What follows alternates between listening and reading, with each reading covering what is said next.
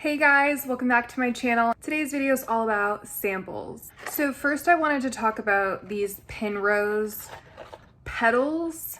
It's kind of an interesting concept. They're basically little towelettes. They kind of looks like, you know, a hand sanitizer towelette that you would use, but you're not supposed to put it all over your hands.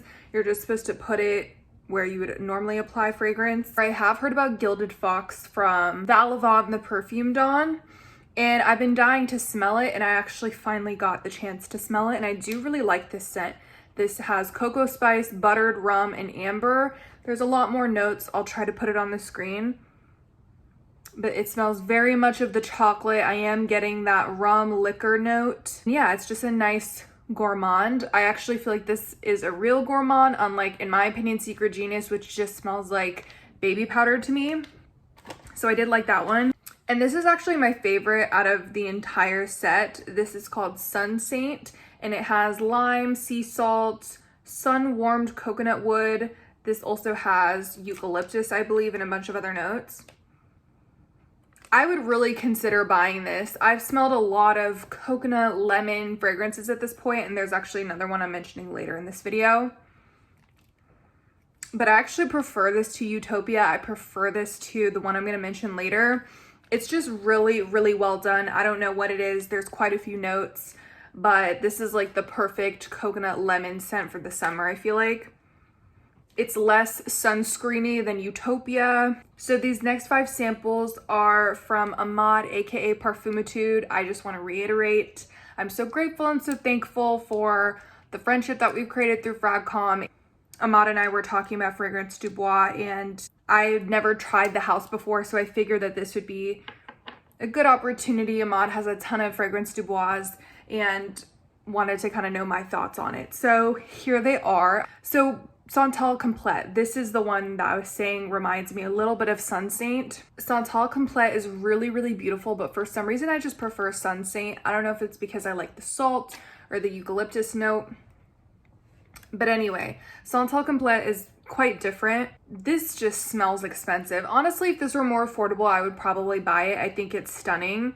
I think it's different enough from Utopia, from Sun Saint, to justify having all of them if you wanted to. So this has coconut, it has lemon and violet.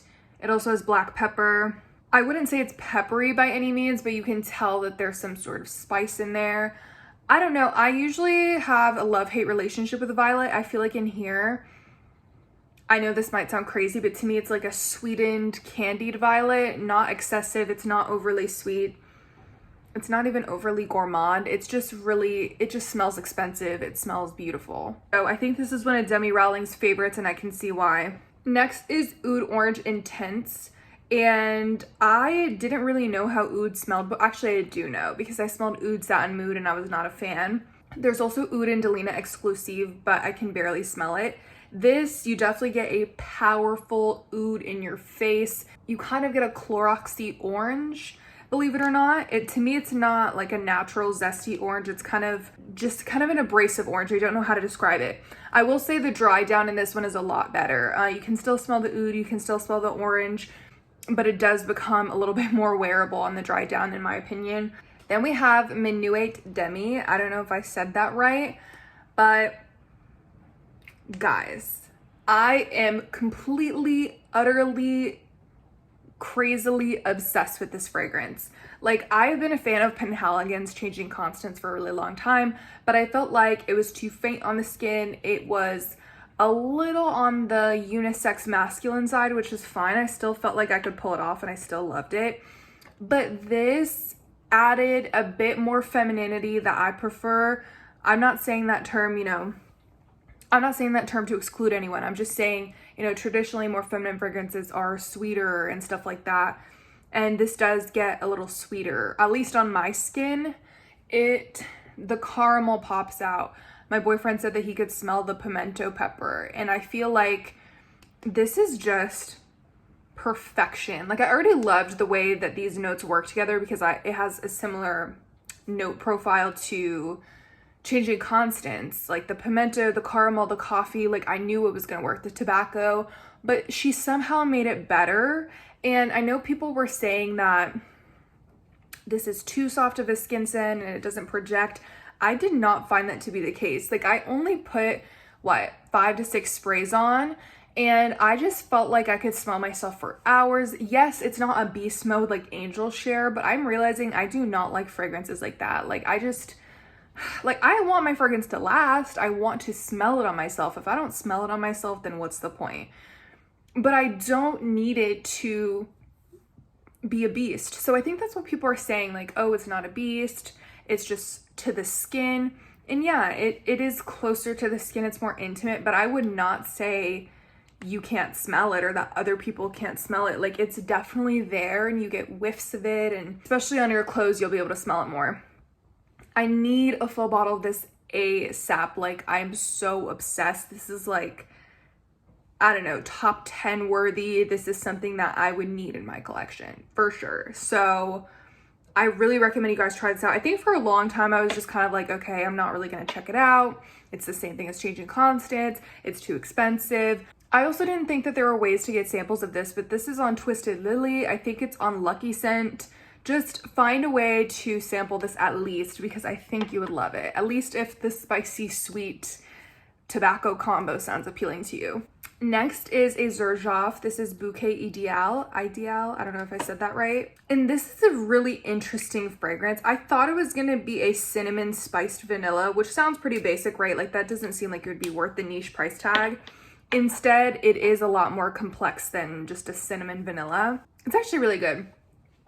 And I know that fragrance isn't gendered. Anybody can wear anything, but I feel like this is a really nice, sweet, masculine leaning scent.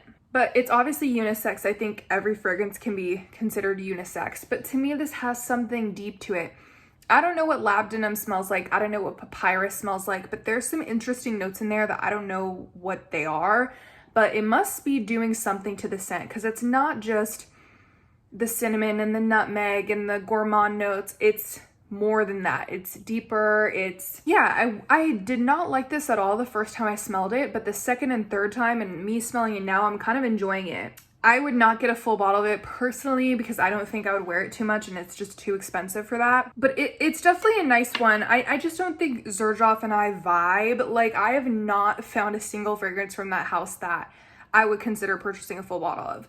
I've tried Cruz del Sur, I've tried Lira, Italica. We'll get to another one later. But I still want to try Herba Pura. I don't know if I said that right. Pura.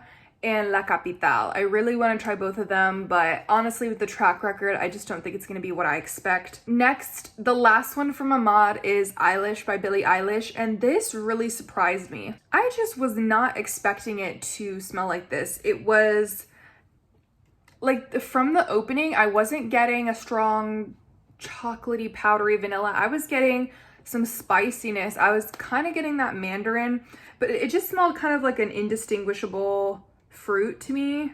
And I just can't make up my mind about this one. You know, I've seen a lot of reviews about it.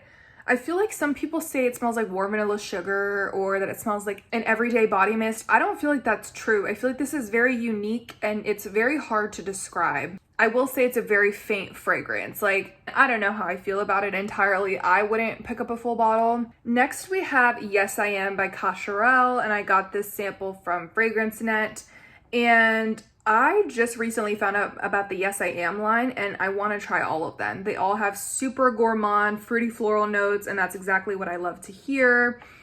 But I was a little nervous about this one because I think I saw 1 or 2 bad reviews and I was like, oh, that doesn't sound good. This is really good. It doesn't have good longevity. I probably wouldn't buy a full bottle, but it's good. Like, it's not what it's what I expected, but after the negative reviews, I was thinking, okay, maybe it's gonna smell terrible. And also a lot of people don't talk about it, so I was like, okay, maybe it's gonna be terrible. It has a lot of notes. So it has ginger, I believe, and milk. I don't know why those are the only 2 I'm remembering right now. Yes, it's creamy. It's not super lactonic, but it's creamy. It's fruity. It's just kind of agreeable. I feel like this is an inoffensive scent. You could wear this to the office. It's a nice fruity floral, but it doesn't smell expensive or anything. It's not nothing that you've ever smelled before. It's just a good scent. Like, it's just good.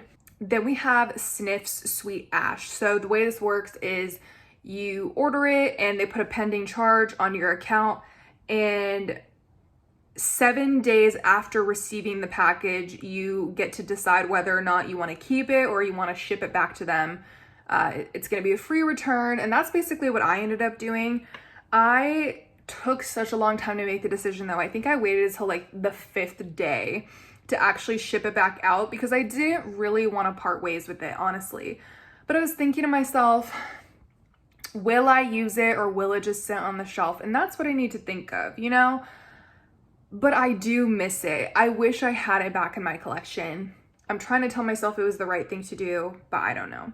So credit to Money Go Bye Bye because this is like her favorite scent ever. It's like in her top 3. She always talks about it, and she is one of the biggest reasons I decided to buy it. This has a really earthy, aromatic, herbal, woody, more emphasis on the earthy opening. And I had never smelled an earthy fragrance before, so I was like, ooh, it's like masculine and dirty. Like literally it smells like dirt, not in an offensive way, but just like earthy and like of the soil and something like that. And I was like, I don't know how I feel about all that. How it works is you get a 2 milliliter sample and you get to play with the sample for 7 days. But if you rip the seal on the actual bottle, you can't return it back. So keep that in mind.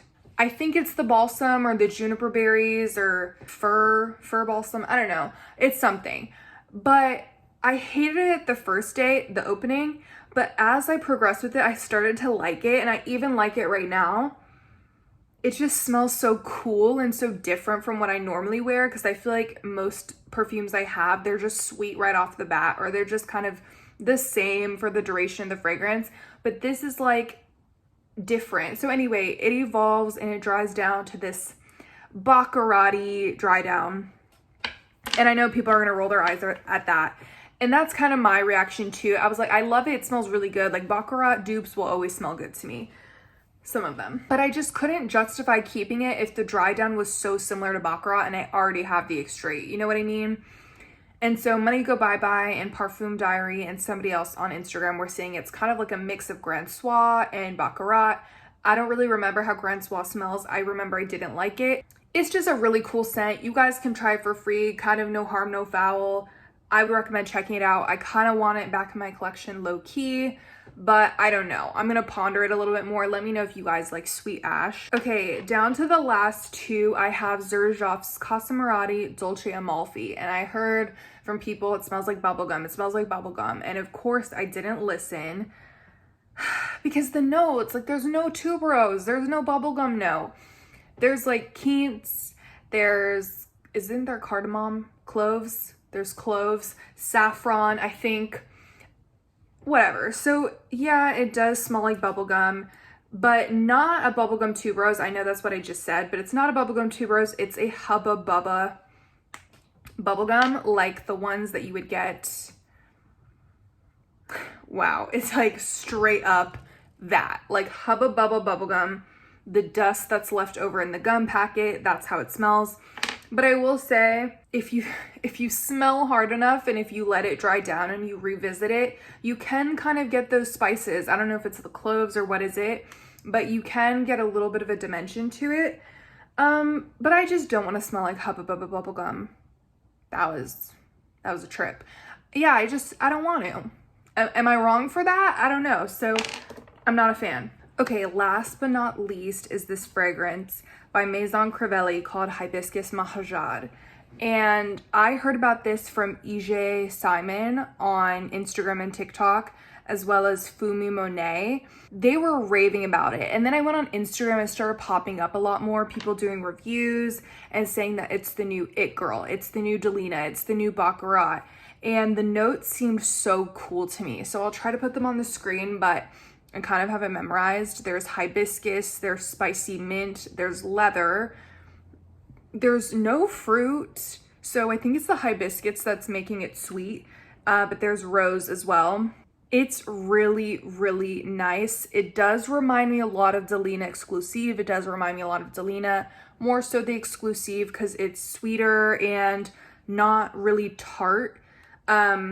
I literally spilled most of my sample, which just made me so upset because I love this one. Out of all these samples, it's my favorite and I freaking dropped it everywhere, of course.